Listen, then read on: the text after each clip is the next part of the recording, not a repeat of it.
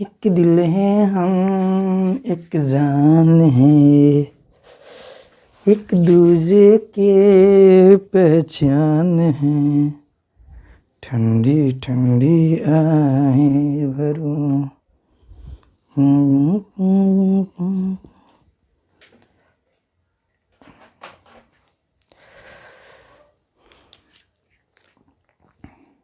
Hello friends, आप सभी को प्रणाम।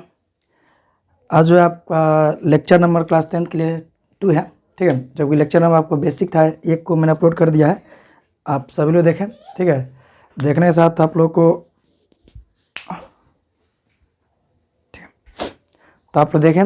और थोड़ा सा इस बात की दिक्कत है कि आप लोग कमेंट नहीं करते हैं कि जो लेक्चर है कैसा रहा, अच्छा रहा कि ख़राब रहा, ठीक है। तो आप लोग कमेंट कीजिएगा तो काफ़ी अच्छा रहेगा। तो आज का लेक्चर नंबर 2 है, जिसमें मैं आप लोगों को बताऊँगा एल्गोरिदम क्या है, उसकी परिमेय क्या है, फिर यूक्लिड विभाजन क्या है। बस ये 3 बेसिक लेक्चर हैं जो कि आप लोग को इसमें बहुत कुछ मैं बताऊंगा, बहुत कुछ सीखने को मिलेगा। और साथ साथ आप लोग को एक्सरसाइज 1.1 इसमें क्लियर भी होंगे, ठीक है। तो मैं वीडियो ज़्यादा बड़ा नहीं बनाता है, छोटा बनाना चाहता हूँ जिससे आप लोग को देखने में सहूलियत और समझ में भी आए, ठीक है। तो आप लोगों को अगर वीडियो अच्छा लगता है तो चैनल को शेयर सब्सक्राइब जरूर करें, ठीक है। तो आज का लेक्चर नंबर 2 है। तो लेक्चर नंबर 2 ये है एल्गोरिदम क्या है फर्स्ट, ठीक है। तो चलिए बाबू, तो फर्स्ट लेक्चर ये कहता है मतलब एल्गोरिथम क्या है। एल्गोरिथम का मतलब है कि मैं पढ़ रहा हूँ सुपरिभाषित चरणों की एक श्रृंखला होती है। क्या होती है बाबू? ये सुपरिभाषित चरणों की, सुपरिभाषित का अर्थ होता है कि उसमें किसी तरह की त्रुटि ना हो, जो परिभाषा हो 100% क्या हो, करेक्ट हो, समझे। क्या श्रृंखला होती है जो एक विशेष प्रकार की समस्या को हल करने की प्रक्रिया या विधि प्रदान करती है। मतलब एल्गोरिदम विधि ये कहता है कि एक मतलब परिभाषित क्या होती है, एक श्रृंखला होती है जो किसी भी समस्या को हल करने की विधि प्रदान करती है। मानते हैं अगर आप कोई काम करते हैं, ठीक है, कोई भी काम हो, आप उसके पहले प्री प्लानिंग करते हैं कि हमें पहले क्या करना चाहिए, किस तरह करना चाहिए, पहले क्या करेंगे हमें आगे सक्सेस मिलेगी। तो वही होती है क्या चीज़ है, वो श्रृंखलाबद्ध होती है, ठीक है। तो मानते हैं अगर आपको कहीं जाना होगा, कुछ भी करना होगा, पहले तो आप कुछ उसके लिस्ट बनाइएगा ना, पहले क्या करेंगे। या आपको मानते हैं, देखिए अगर आपको चाय ही बनाना है, क्या बनाना है, चाय, तो क्या करेंगे आप, तुरंत गैस जलाइएगा, उस पर जो भगोना रख दीजिए, बन जाएगा। उसके नियम होंगे ना, पहले हमें गैस का व्यवस्था करना है, पानी का व्यवस्था करना है, भगोना का व्यवस्था करना है, कुछ शुगर चीनी का व्यवस्था करना है, चाय पत्ती पानी, ठीक है। तो उसे सीक्वेंस कीजिएगा। तो पहले आप क्या कीजिएगा कि गैस जलाइएगा, फिर आप उसको भगोना रखिएगा, पानी डालिएगा, फिर उसको क्या कीजिएगा कि चाय पत्ती डालिएगा, शक्कर डालिएगा, चीनी डालिएगा, तब उसे उबाल करके उतार दीजिएगा, तब तो चाय बना, एक श्रृंखला हुआ। यही क्या है, यही एल्गोरिदम विधि कहता है कि हमारे पास क्या होती है, एक श्रृंखला होती है किसी भी समस्या को, उस श्रृंखलाबद्ध को आप उस सजा दीजिएगा, वही क्या कहलाएगा, एल्गोरिदम विधि कहलाएगा, समझे, ठीक है। तो मानते हैं अगर कोई दिक्कत यहाँ तक, बोलिए एल्गोरिदम किसी दिक्कत तो नहीं है, ये भी परिभाषा। नेक्स्ट पॉइंट क्या है, इसी से रिलेटेड उसकी परिमेय, मतलब वो परिमेय क्या कहता है, एक सिद्ध किया हुआ कथन होता है। सही बात है, परिमेय क्या होता है, एक सिद्ध किया हुआ कथन होता है और इसका प्रयोग अनेक कथन को सिद्ध करने में किया जाता है। परिमेय क्या है, सिद्ध किया हुआ कथन। जैसे मानते हैं आप लोग पाइथागोरस पढ़े होंगे, पाइथागोरस, ठीक है। तो आप लोग क्या पढ़े हैं, कर्ण का स्क्वायर बराबर आधार का स्क्वायर प्लस लंब का स्क्वायर, ये पढ़े हुए हैं। बाकी हम लोग इसको क्या करते हैं, तो सिद्ध किया हुआ मिलता है ना, हमको सिद्ध किया हुआ मिलता है। अब बस इस पर हम क्या करते हैं, इस पर हम लोग क्वेश्चन करना शुरू करते हैं, बाकी इसके अलावा तो कुछ नहीं करते हैं ना, बोलिए। तो ये क्या होता है आपका, ये एक सिद्ध किया हुआ कथन। तो परिमेय क्या है, सिद्ध किया हुआ कथन होता है। जैसे मानते हैं आपका एग्जाम्पल मिल जाता है ए प्लस बी का होल स्क्वायर, ठीक है। तो A square plus B square plus 2ab। अब इस मानते कोई क्वेश्चन दे दे, आप क्या कीजिए 2x प्लस 2y, ये मानते y कि दी होल स्क्वायर पर क्या कीजिए, सॉल्व कीजिए। तो मानते हैं हमारे पास एक परिमेय है, तब नहीं से सिद्ध करेंगे, बनाएंगे। तो क्या लिखते हैं, 2x square y square plus 2ab यानी 2 इंटू 2x इंटू y। तो बाबू हम क्या लिखते हैं, 4x square plus y square, 2 2 जा 4 x इंटू वाई। तो मैं सिद्ध कर दिया, बस करना क्या है भाई, कोई वैल्यू आएगा, कोई मान आएगा। तो परिमेय यही कहता है ना कि क्या होती है, एक सिद्ध किया हुआ कथन होता है और इसका प्रयोग अनेक कथन को सिद्ध करने में करते हैं। समझे? मतलब कि अगर बात करें एल्गोरिदम, परिमेय और यूक्लिड विभाजन, तीनों एक जगह मिलेंगे। और क्वेश्चन में आ जाएगा कि यूक्लिड विभाजन को एल्गोरिदम विधि परिमेय से क्या कीजिए, सिद्ध कीजिए। मतलब एल्गोरिदम क्या होता है, सुपरवाइज श्रृंखला होती है, इसको एक सीक्वेंस में सजाना होता है। दूसरा कहता है ये सिद्ध का कथन भी मिलेगा आपको। तीसरा क्या है, यूक्लिड विभाजन में बता रहा हूँ वो क्या होता है। ये काफ़ी इंपॉर्टेंट है, आप लोगों के लिए एकदम मस्ट है। ठीक है, कोई दिक्कत, अगर दिक्कत हो, कोई चीज़ समझ में ना आए, अगर सस्पेंस हो तो आप ज़रूर कमेंट करके लिख दीजिए कि सर ये चीज़ बता दीजिए, मैं नेक्स्ट वीडियो में आपको ज़रूर बताऊँगा। समझे? तो ये चीज़ क्या है, आप लोगों को एक चीज़ कमेंट किए, हमें पढ़ाने में भी अच्छा लगेगा, हमें लग रहा है हम बच्चे पढ़ते हैं। नहीं तो भाई जब हम वीडियो रख देते हैं पता ना कौन क्लास स्टूडेंट पढ़ते हैं, उसको केयर करेंगे तब तो पता लगेगा। तो ये चीज़ आप लोग जरूर कीजिएगा, कमेंट एक जरूर कीजिएगा। अच्छा है तो गुड लिखिएगा, अगर नहीं है तो कहेगा सर ये पॉइंट समझा दीजिए, मैं ज़रूर से समझाऊंगा नेक्स्ट में। और देखिए जितना आप लोग कमेंट किए हम अपने आप में और सुधार करना चाहेंगे। समझे? चलिए नेक्स्ट पॉइंट क्या है बाबू, इसे मैं मिटा रहा हूँ फिलहाल।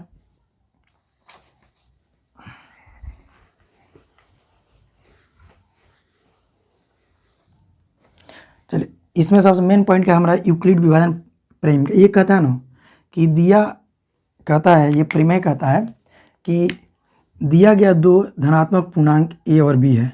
ठीक है, मतलब अब क्या धनात्मक पूर्णांक है, पूर्णांक समझ आता है ना। जब पूर्णांक क्या होते हैं कि आपको 0 1 2 3 4 मतलब दो संख्या दिया रहेगा। ठीक है, के लिए अद्वितीय मतलब होता है यूनिक। ठीक है, पूर्ण संख्या Q और R विद्यमान है, मतलब कि दो संख्या आपको दिया रहे। ठीक है, उसमें Q और R क्या है, और उसमें मौजूद रहेगा। जैसे एज फॉर एग्जांपल समझिए, आप लोग ये फार्मूला क्या होते हैं, A बराबर BQ प्लस R। समझे? जिसमें क्या है, एक पूर्णांक संख्या होगा, B भी क्या होगा आपका पूर्णांक संख्या होगा, Q और R हमें प्राप्त करना है। जैसे आप लोग पढ़े होंगे फार्मूला, बचपन से पढ़ते हैं, 7वां 8वां से पढ़ रहे हैं आप लोग,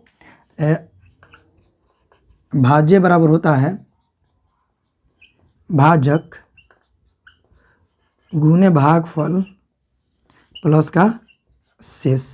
बस इसी कथन को हमने क्या किया, दूसरे शब्द में बुक में लिख दिया है।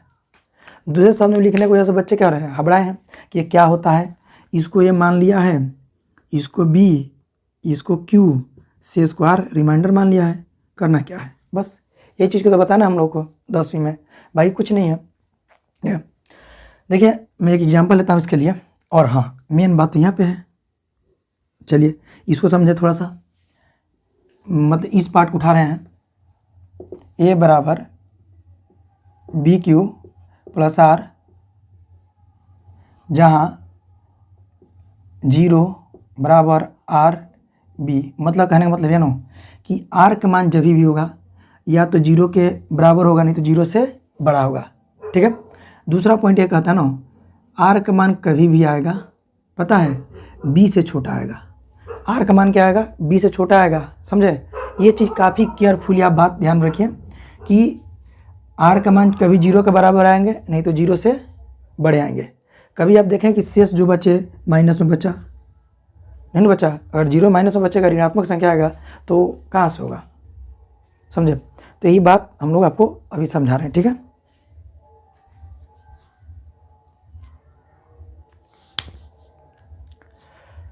चलो अब बात करते हैं हम यहाँ पे कुछ एग्जाम्पल लेकर मैं आप लोगों को समझाने का कोशिश कर रहा हूँ।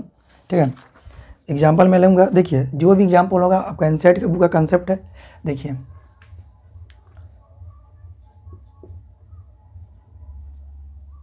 एग्जाम्पल एक मैं ले रहा हूँ आपको यूक्लिड विभाजन के लिए। अगर आपके पास दिया रहे 3 और 14, ठीक है, जिसमें क्या है आप लोग इसको ऐसे लिख लीजिए।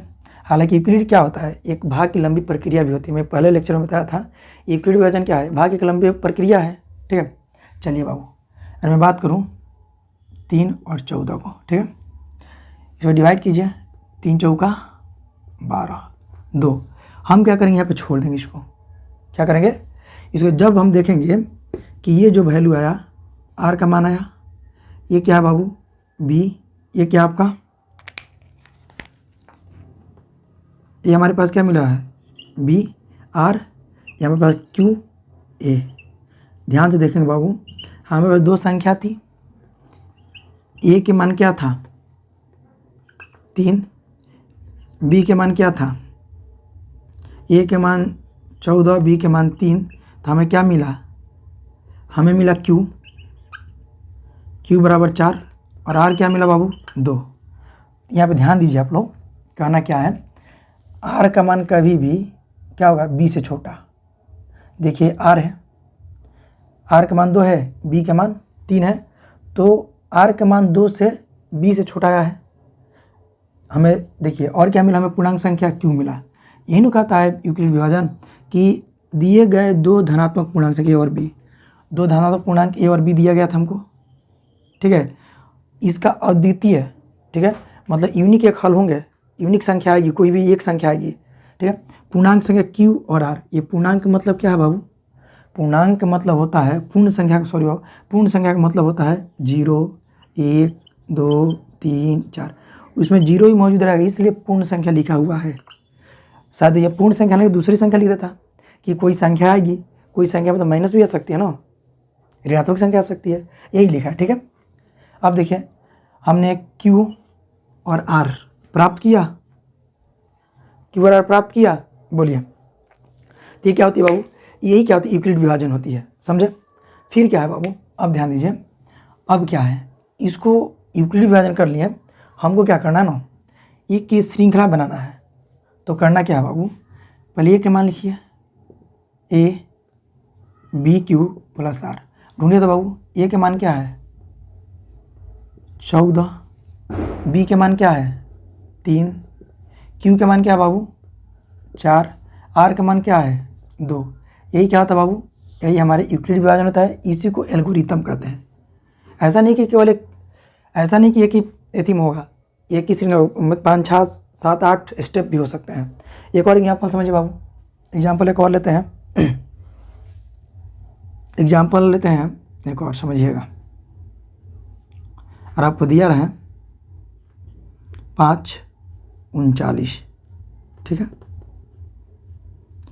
39 दिया ना, क्या कर सकते हैं हम, 7 टाइम में 35, यहाँ पे क्या बचेगा 4, ठीक है।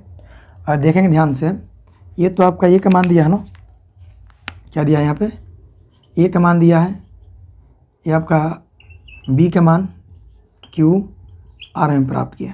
तो एक सीक्वेंस में सजाएंगे, अगर यूक्लिड विभाजन की बात करें, यूक्लिड विभाजन क्या होता है, ए बराबर बी क्यू प्लस आर, ए का मान आपका 39 है, बी के मान कितना है बाबू, बी का मान आपका 5, क्यू का मान 7, आर का मान 4।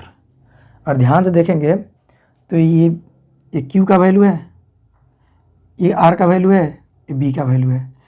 बी का वैल्यू छोटा, किसका वैल्यू आया है, आर का वैल्यू आया ना, बी का वैल्यू छोटा, किसका वैल्यू, आर का वैल्यू। तो हम क्या यूक्लिड विभाजन यहाँ पे सत्यापित हो रहा है ना, कभी भी देखो ये नहीं बोला है ना, आर का मान क्या आना चाहिए, बी से छोटा। यहाँ भी देखिए जो आर का मान आया है बी से छोटा आया है, ठीक है। और इसको सीक्वेंस में लिखे है, एल्गोरिथम विधि के अनुसार इसको लिखा है। सीक्वेंस क्या हो सकता है बाबू, सीक्वेंस क्या हो सकता है, स्वीकार हम यही लिखेंगे ना, ए बराबर बी क्यू प्लस आर, ए का मान क्या है 39, हालांकि यहाँ पे लिखा हूँ बाबू, ठीक है, यही लिखे हैं, बस यही तो है एल्गोरिथम। बोलिए किसी को दिक्कत है, अगर डाउट हो तो ज़रूर बोलिएगा, ठीक है। देखो नेक्स्ट एग्जांपल लेते हैं एक, अगर आपको दिया रहा है 14 और 3, ठीक है। अभी तो हमें सॉल्व करना है ना, मानते हैं 3 को हम ऐसे रखते हैं और यहाँ पर लिखते हैं क्या चीज़ 14, ठीक है। तो कैसे कटेगा बाबू, आपको तो यहाँ पे ए का मान ये है, ये किसका मान है बाबू, ये जो आपका किसका वैल्यू है बी का, ठीक है। अगर मैं इसको 0 टाइम्स में ले जाते हैं, 0 होगा, घटाएंगे तो क्या होगा 3, ठीक है। क्या बाबू 3 होगा ना, इसको कैसे लिखा बाबू, और आप लोग ध्यान से देखेंगे क्या देंगे बाबू, यूक्लिड विभाजन क्या कहता है बाबू, यूक्लिड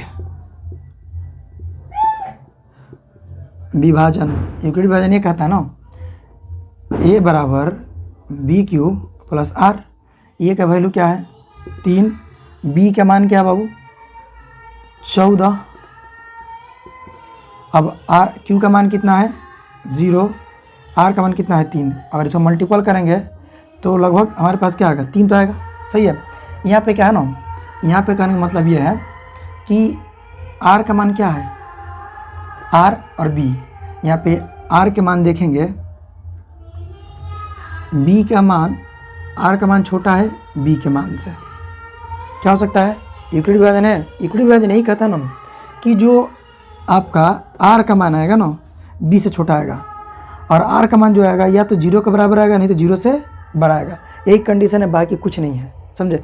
अगर जो व्यक्ति कंडीशन पकड़ लिए हैं वो सोचे तो उसके लिए यूक्लिड विभाजन बिल्कुल आसान है। जैसे मानते हैं अगर क्वेश्चन आपको दे दे, ऐसा भी क्वेश्चन देता है कभी कभी कि आप सत्यापित कीजिए 4q + 1 क्या है, एक अभाज्य संख्या है।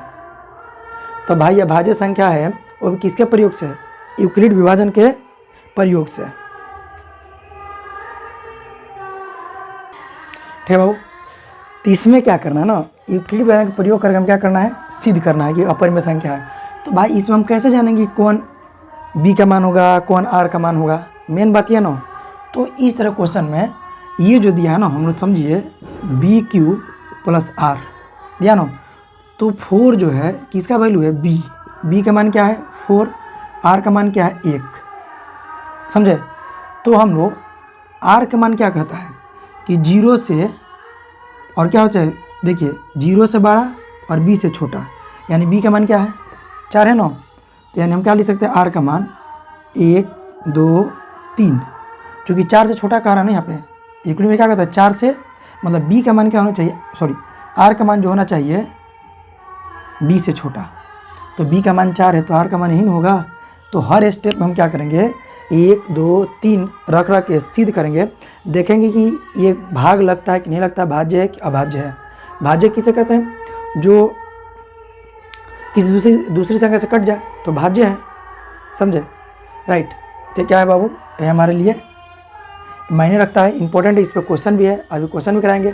देखिए क्या है कि बगल में थोड़ा शादी उदी का पार्टी फंक्शन है, तो इस वजह से क्या हो रही है कि आवाज़ गूंज रही है, तो कहिएगा तो 2 क्वेश्चन मैं करा दूंगा, फिलहाल इसके बाद से मैं क्लास को ऑफ करूँगा, ठीक है, समझे।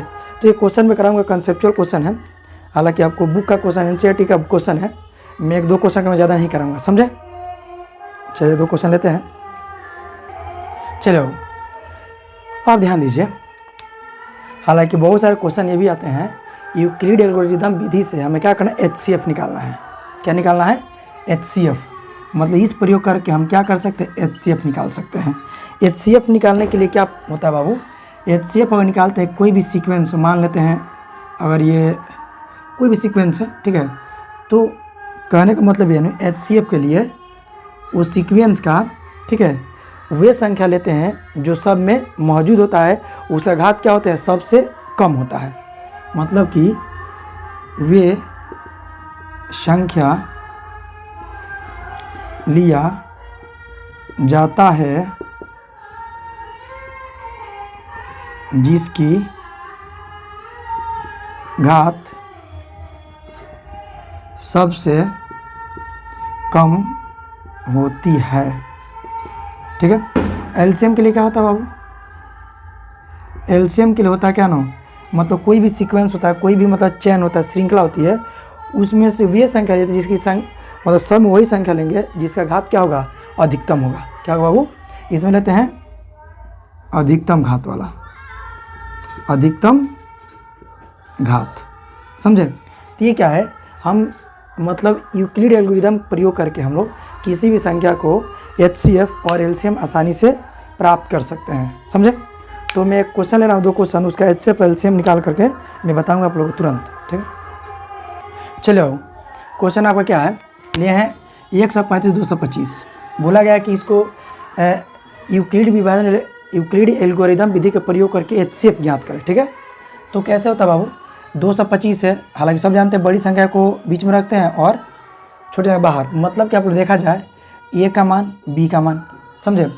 तो एक बार में काटे तो 90 बचा, फिर क्या करेंगे हम सेकंड स्टेप में, हम क्या लेंगे, अब लेंगे 135। 135 अगर दो बार में काटते हैं 90 को तो क्या हो जाएगा 180, तो अधिक हो जाएंगे, तो वन टाइम में काटी इसको तो क्या होगा बाबू 90 घटा लेंगे तो क्या बचेगा, घटाएगा तो अगर यहाँ पे 5 बचेगा, यहाँ पे क्या बचेगा 4। ठीक है, फिर क्या लेंगे बाबू सेकंड स्टेप में 90 लेंगे, 45 दूना 90 यानी क्या हो गई 0। ठीक है, तो इसको एक सीक्वेंस के अनुसार सजाएंगे, यानी हम लिखेंगे 225 बराबर 35 गुने 135 गुने 1 प्लस 90। ठीक है, दूसरा स्टेप पे क्या लिखेंगे बाबू, अब लिखेंगे 135। ठीक है, यानी अब लिखेंगे 90 गुने 1 प्लस 45। तीसरा स्टेप क्या लेंगे बाबू, 90 बराबर 45 गुने 2, 45 गुने 2 प्लस 0। मतलब ये प्रक्रिया उस समय तक करेंगे, मतलब देखिए एल्गोरिदम विधि कहता है ना, यूक्लिड एल्गोरिदम विभाजन विधि कहता है ना, प्रक्रिया आप उस समय तक कीजिएगा जब तक शेष आपका क्या आ जाए 0 आ जाए। यहाँ पे 45 है ना, यही क्या होगा आपका HCF होगा। तो इस श्रृंखला में देखेंगे बाबू सबसे छोटी संख्या क्या है, अगर देखा जाए तो यहाँ पे जो आता है ना, यहाँ पे वही क्या होता है HCF वाला HCF नहीं होते हैं, ये HCF नहीं होता है, यहाँ पे जो रहता है वही HCF होता है। तो इसका HCF क्या होगा बाबू, HCF जो होगा 45 होगा। ठीक है, अब ध्यान से देखिए, अब यहाँ इस क्वेश्चन आपको ये आ गया एल्गोरिदम विधि, जो कि ये क्या है सुपरिभाषित श्रृंखला है, स्टेप 1 स्टेप 2 स्टेप 3।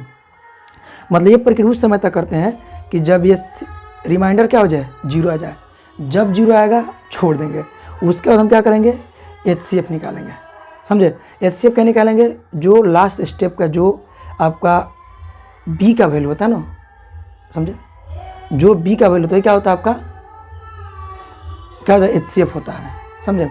यही क्या होता है एक मतलब यूक्लिड एल्गोरिदम विभाजन विधि, यही होता है, समझे। तो बस आज के लिए मैं इतना ही रखता हूँ, कल मैं पूरे एक्सरसाइज को सोचूंगा कंप्लीट कर दूँ, चूँकि बड़े एक्सरसाइज से इस एक्सरसाइज से क्वेश्चन 5 नंबर के बनते हैं, और भी क्या होगा यूक्लिड विभाजन पे बहुत सारे क्वेश्चन में कराऊंगा कल। ठीक है, कल केवल एक्सरसाइज होगा, बेसिक क्लास खत्म हो गया। अगर चैनल वीडियो मेरा अच्छा लगता हो तो प्लीज़ आप लोग चैनल को शेयर और सब्सक्राइब जरूर कीजिए, अपने दोस्तों से बोले जुड़ने के लिए। आप लोगों को 10th का सिलेबस में ऑलरेडी कंप्लीट कराऊंगा, वो भी बेहतरीन तरीक़ा से, समझे। चलो थैंक यू आप लोगों को।